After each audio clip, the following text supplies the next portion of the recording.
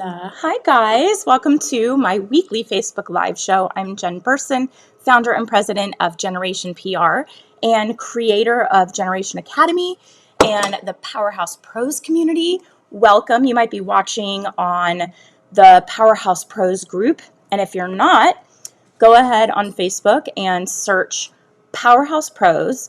It is a small, like 5,000, not so small anymore, community of PR professionals. Ugh, this dog had a walk, and she's still yelling at me. Small community of PR professionals that is the friendliest, most supportive, collaborative place for PR pros on the internet. I'm telling you, like, it didn't exist before I put this page out there, and it was my hope and my goal to create a community of people like me who are just looking for help and support in running their businesses. And I think my mic was covered. Let me know if you can hear me okay. And also, who's here? Nice to see you. It is a group of people that are all like open and willing to help, collaborate, share resources, give recommendations, advice, review your pitches, your proposals. It's just like a very, very helpful, awesome group. We recently had a thread going on Powerhouse Pros where a lot of people were weighing in on their feelings right now about running an agency and how they're feeling about the landscape, the frustrations, the frustrations with low quality clients. Whoever's here, can you tell me if you can hear me okay? I would really appreciate it. And then I can say hi.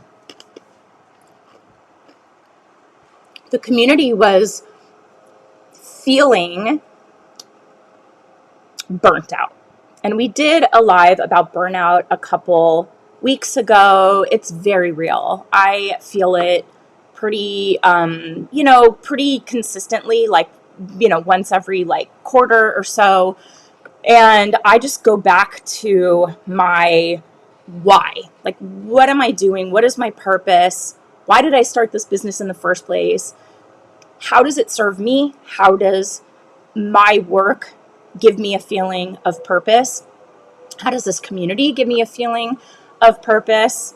There's so many ways to do a reframe. There's also the need to take a little time, whatever that looks like for you. If it's a weekend to reset, or a week off where you're traveling, or just not even looking at your phone or your email, and you have a team in place, or you tell your clients you're taking a week for vacation, just focusing on what you need to, I guess we sometimes call it self-care or whatever. It's that space, that place of a little bit of distance and a little perspective, and figuring out your why and what you love about the work you're doing and what you don't love. There's always going to be something that gives you this feeling of excitement and purpose, like I said, and like you're in your zone of genius and time just flies by. And then there's other parts of what we do that's like you're always in the drudgery zone. You're just, like, oh, I dread this. I don't love reporting. I don't love billing. Personally, I don't like pitching. I've mentioned that many, many times. And, it's part of running a business. There's all of these roles. But my goal for you here is to always focus on your why, your purpose, what you love about it, what you're building, who you're serving, what that gives to you. And as you build your team, you're going to roll those things off your plate. That's the approach in the Agency Accelerator, is really focusing on the things that you love to do, building a team strategically. For more seasoned agency owners, we had some feedback about our program from somebody that was a bit more established, and she wanted to see more content in the scale pillar around building a team, having a strategy for attracting those ideal clients, a bit more of like advanced approaches for when you have been running a business for a while like I have, and maybe you've plateaued. And we're actually working on building out some additional content there for Agency Accelerator members, and any of you that are in the program know that anytime we add content, we create a new resource, create a new training. That's part of your investment in the program, is you get access to all of that. So we're currently working on that. We're thinking also about the possibility of updating the entire program and re-recording it live like we did last year, doing that next year in the sort of maybe like early Q2 of 24. And then, of course, anybody who is a member of Agency Accelerator would get access to the updated program. As part of your investment, you're in our world, and whatever we have to offer when we update things, that's also yours. So, if you're feeling that feeling of like, what am I doing? This is so frustrating. No, you're not alone. And like the person who posted in our group did, reach out to the community, see what strategies have worked for others. I think there's also a lot of value in not feeling alone, not feeling like you're the only one feeling this way. And ultimately, you may decide to pivot and go a different direction. But what I will say about that is, this is my pivot in my career from being an attorney. And I would never look back on my time as a litigator or even in law school as a law student and say, well, that was a waste of time because I didn't end up practicing. I did practice, but I didn't end up staying in that career long term. But what I will say is the more experiences you get, the more clarity you get around the things that you love and the things that just aren't for you. And so working in that field, I got a lot of clarity. I don't want to work in an office. I don't want to work for someone else. I want to build my own thing. I want to do something creative. I don't want billable hours. This is why I really, really stress, for a million reasons, but the retainer model versus figuring out your rate based on hours. So just know that even if you are evolving yourself and your business or your offerings, your client base, your niche, anytime you make a switch, it's not that what you've been doing was wrong or you went down the wrong path or it's a waste of time. All of that brings you clarity and understanding of where you are, what you really want, and what is like just not for you. So come and post in our group and you'll see you're not alone. We have strategies. The members have experienced what you've experienced, which is comforting and reassuring in and of itself, but they'll share ways that they move past it or that they sense it coming and can kind of nip it in the bud. So just know our community is here to support you. I'm here to support you. And one of the ways I do that is with my weekly Facebook Live content. And today's topic is ways that we as PR pros can support journalists, so media professionals, comms pros. We are noticing, and part of the reason why our job is tricky, harder, different than maybe when we started, is that there's a lot of shifts in the media landscape. This has been the talk. I've been doing this 18 years. This has been the talk the entire time I've been, doing this career.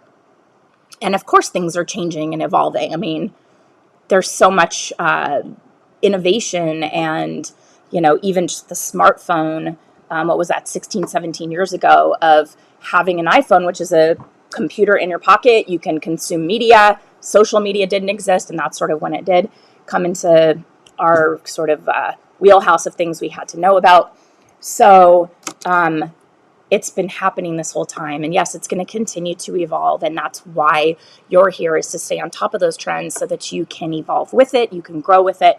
And if it evolves in a direction that you're not loving, pay attention to that feeling and find ways that you can use your skills, or ask the community. These are the things I love. This is what I'm good at. This is what people come to me and it just flows out of me effortlessly and I love it, right? Use those skills, that zone of genius, to evolve what it is that you offer, because that will make you always in demand, because that's the unique skill, perspective, taking all of your experience and bringing it together for a unique offering. And yeah, so this is a lot of the ways that we're approaching this sort of whole life integration. So work or like entrepreneurship and your personal life. And we bring it all together and elevate. If you're looking to kind of get to that next level of whatever, like fulfillment and joy and satisfaction and presence in your life, that is what Elevate is for. So it is, I'll mention it a couple times here, but back to the training, we are offering our journalist friends support as their comms partners, right? We have a lot of industry shifts. We're going to hold their hand and guide them. Or we're going to hold each other's hands and guide us through these changes. So it's been really frustrating, but there have been a lot of layoffs, nonstop layoffs across journalism, different types of media. And it seems like pretty much every niche has been affected by layoffs and downsizing and newsrooms shutting down. I mean, we saw this years ago with fact checking kind of going by the wayside. I'm going to just turn on my focus here so people don't bug me. I never remember to do that. And it doesn't matter really how established a publication is. I mean, you sometimes think like, oh, this heritage publication will be here forever. It's been around forever. It'll continue to be here. It seems like that's no longer the case because major companies, major publishers, and outlets like Hearst and Bloomberg, Insider, Bustle, they've all undergone massive layoffs recently. And smaller newsrooms mean more work for those in-house media contacts and more delays for freelancers that are trying to bridge that gap. And of course, now we see with the writer strike for the writers union, this huge threat of AI that's on top of all of it is bringing more unknowns and trouble for the journalism industry. And so as PR professionals, as comms partners to our media contacts, it's our job to adapt to these changes and support our contacts along the way. So I want to share some strategies that can kind of get you thinking. You know, you've worked hard to make these relationships. You want to preserve these contacts. You want to show support because we're kind of all in this together. So I have strategies for showing your media contacts that you're in their corner, no matter what happens in journalism. So just a quick update, like this is what's going on in newsrooms. They've always been hectic places, but they are now filled with like stressed out, overworked, taxed writers. They're scared, they're stressed out, they're on edge more than ever before. You know, we've got these widespread layoffs that are always threatening their comfort and stability in their work. We have, when layoffs happen, you have these overworked journalists, writers that are picking up the slack as their colleagues leave. And then, of course, they worry that they're next on the chopping block. And we are also noticing that newsrooms, and not necessarily just newsrooms, but publications converting content seems like it's a lot more delayed. So we used to have these traditional long lead, short lead, you know, print versus digital or TV. But it seems like even our short lead content is experiencing delays. Edits aren't happening as quickly as normal, taking longer for freelancers to get their pieces published or for in-house coverage to go live. And it used to be that a laid-off journalist or a journalist that just wanted to change would go freelance. And that's not the go-to path anymore because we're seeing with the kind of explosion of AI that these rates for freelancing keep dropping. And more writers are entering that freelancing market. And so it's not as it was never, I would say, lucrative, but it's not as desirable as it used to be because there's just so many people that are now trying to get freelance work. So it's not sustainable long term, and some of your contacts, they might transition into non-writing careers as time goes on. We just saw sorry, I have COVID, but I'm like on the tail end of it, I think. It's been about a week. So sometimes it just, my throat like just gets dry. Hold on. My husband has COVID too, and he's been home working. It's like he's on a call and I can hear him. I'm sure he can hear me. But I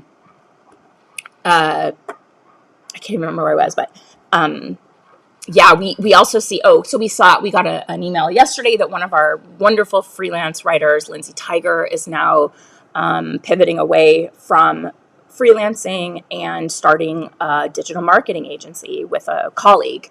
And I had like 10 people send that to me yesterday. We're so happy for Lindsay. She is a new mom, and she, what happens when you become a mom is you feel this pull away from something that is stressful and uncertain, and you want to spend more time with your baby. And so we're really happy that she has made that shift, but we're going to be seeing a lot more of that. So this is also in the wake of AI. We also see that instead of copy editors, publications are using AI to make quick work of edits, shorten pieces that, they can repurpose. Maybe they're crafting those shorter pieces with AI that might have gone to freelancers in the past. So it is a real pivot point right now. So we want to support our media contacts in a few ways. Number one, we want to lead with empathy. They're going through a lot right now. Our editor contacts, our journalist friends, the best thing that you can do is lead with empathy anytime you connect. They are maybe taking on additional beats to cover for coworkers that have been laid off. They might be dealing with a need for more stories in the beats that they're already working in. Freelancers might be searching for new assignments as newsrooms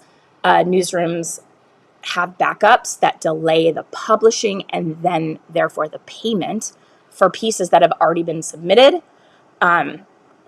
So we know our job is to connect with the media and work together to tell stories and connect with audiences. So when you lead with empathy, reinforce your partnership by showing them true support amidst the chaos. Like, you can be very understanding when a contact takes maybe a little longer to respond to your pitches or your follow-up emails.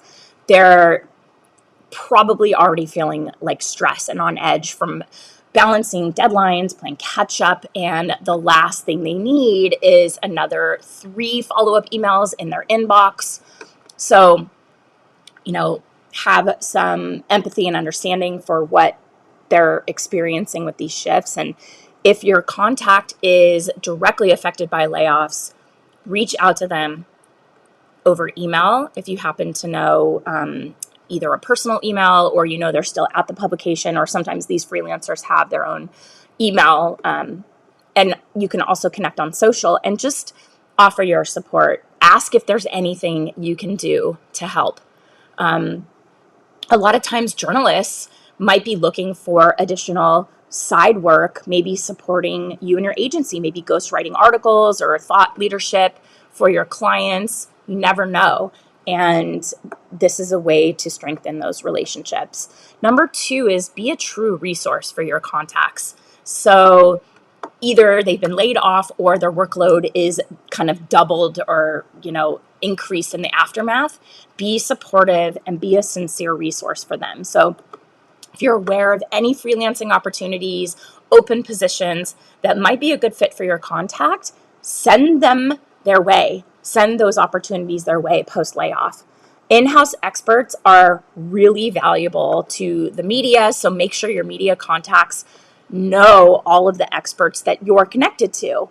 So when reaching out for expert interviews, include the expert's bio, the credentials, their availability.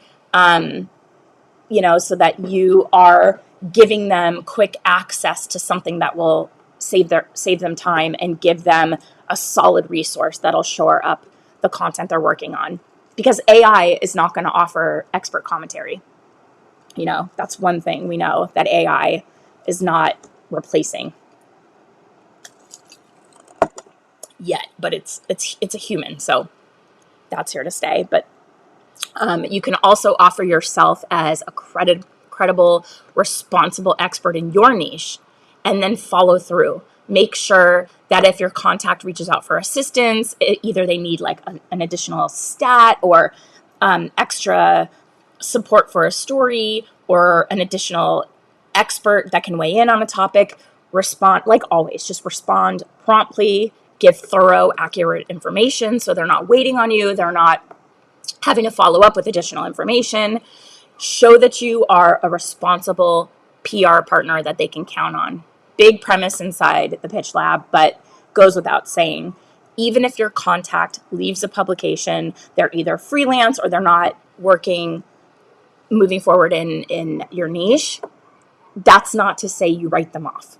You never know where we never part ways with somebody in a negative outcome. We always want to have good transitions, and the way that you serve people, you just never know. You put it out into the world and it just always comes back. I mean, that's not why we do it, but just know that you want to maintain these relationships. So continue to be a responsible and reliable, very fast to respond PR partner that they can count on.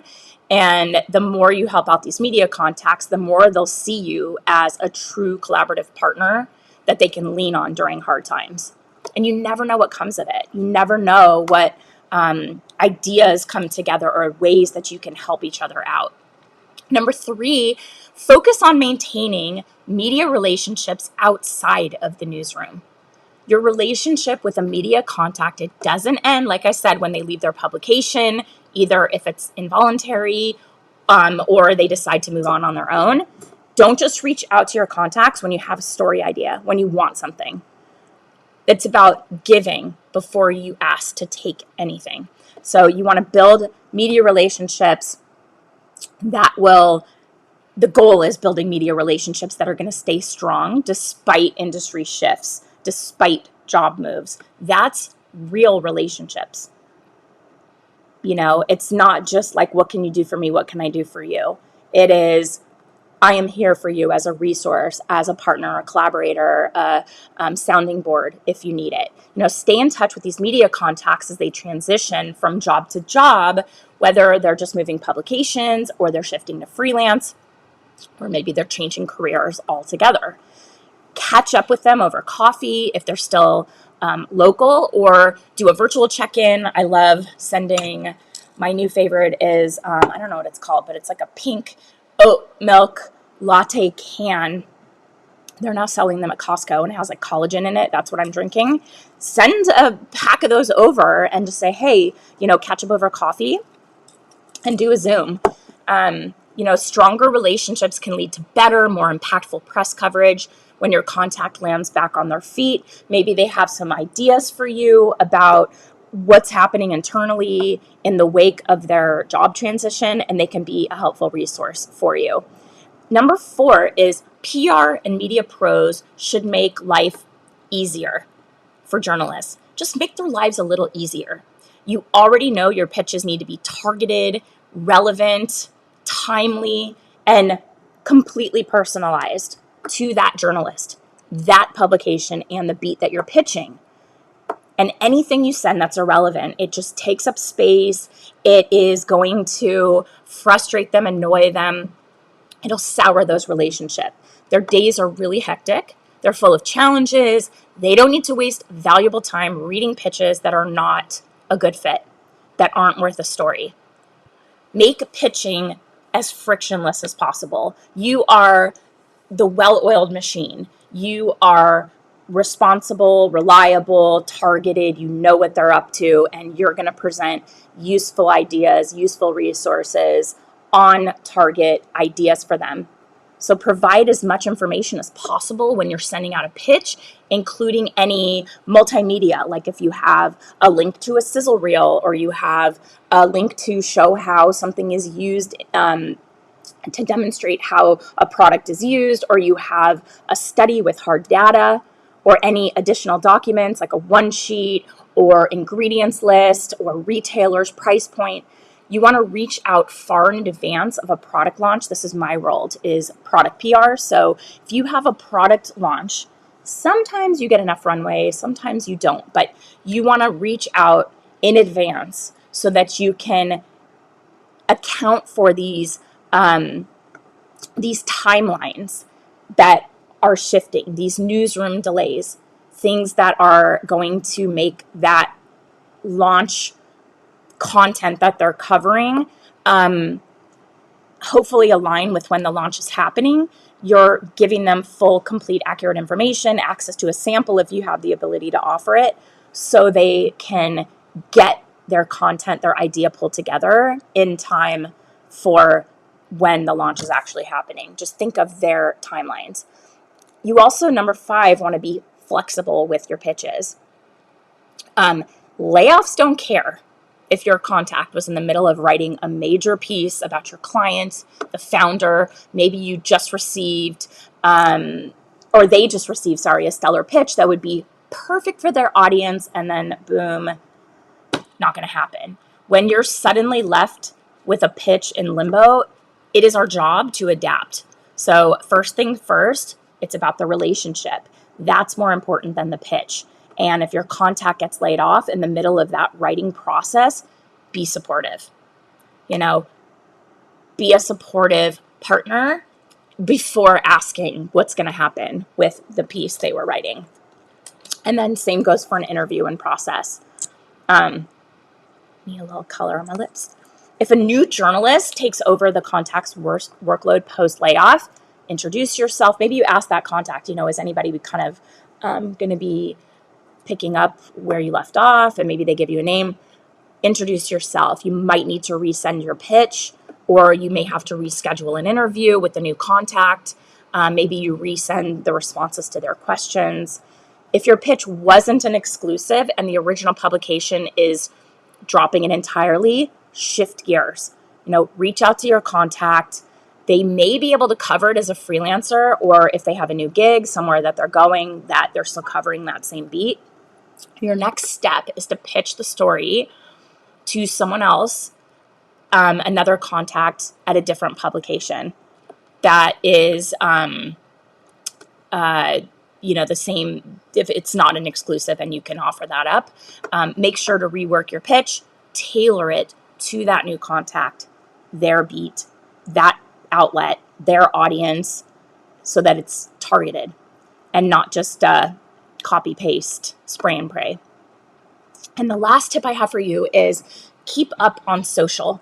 Go follow your media contacts on social. You should already have a media contacts kind of following list for social, but as they move publications or kind of pave their own way in the industry, offering their services up in other ways, or like Lindsay's doing, creating a marketing agency, it's like a content creation agency. It's more important than ever to kind of meet them where they are. So we see X, formerly Twitter, kind of losing steam among the media, and many journalists and editors making that switch over to LinkedIn with their PR partners and their readers over there able to connect with them, so they can publish content like blog posts over on LinkedIn and still kind of exercise that journalistic muscle, stay connected on LinkedIn, offer support, send a private message over there, just kind of see what the next move is for them, acknowledge it, congratulate them on it. The other tip we love Substack. We have a lot of wonderful journalists on Substack that are sharing incredible insights. Their paid content is really good. It's not expensive. We have inside the Pitch Lab an entire list of the journalists that we recommend following on Substack. It is a crucial place to connect with journalists.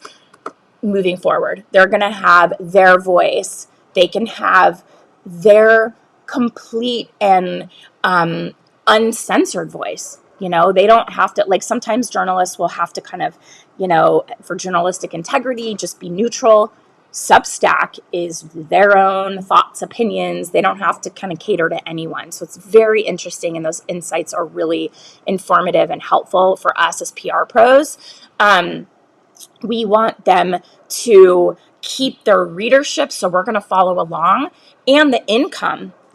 So if you subscribe to their paid content, that's also money in their pocket for those insights. So definitely consider it a very valuable business expense to subscribe to paid Substacks. And it's a great way for them to kind of supplement income kind of between assignments. And this is also, we want to follow on social because journalists don't always have time to notify all of their contacts post layoff and announce the news and send emails about how to connect with them. So they might share it and announce on socials. And it's yet another reason to connect with them online. They may take to their pages, announce changes in their workload, shifts in their beat, any kind of new columns that they're covering, or the kind of work that they're seeking. And you can see that there and offer to be a supportive partner to them. This is all about the idea of partnership. It's a collaboration. We are all impacted by changes in the media landscape, AI coming into play, all the things. So just know that you are able to come in and support, and it doesn't mean the end of the relationship. It's an evolution, and you are going to be a partner to them like they have been to you, and those recommendations will help you do that. Why can't I write a comment? That's so interesting. Downsizing and layoffs, they aren't the only things affecting PR and media this year leading into 2024. So I do have a free 2024 PR trend report that will help you get that inside scoop. We have 11 key trends that you need to know to knock it out of the park for your agency and your clients in 2024. That can be found at generationacademy.com/PR-trend-report. So go ahead and download it. We've had a great response to the trend report. Those are the tips and strategies that I have for you. Thank you so much for joining me on my weekly Facebook Live. If you are listening to the Pitching Powerhouse podcast, anywhere you listen to podcasts, whether it's Spotify, Apple Podcasts, Stitcher, anywhere, go ahead and leave me a review, even if it's just a star rating. That helps us find others that might be interested. It helps them find us. And it's just very, very helpful to me. It's a very quick, easy, free, completely free way for you to support a small business owner like me. So thanks again for being here. And I will see you guys here next week, hopefully completely free of COVID and feeling awesome. All right, guys, take care. Have a great week, and I'll see you soon.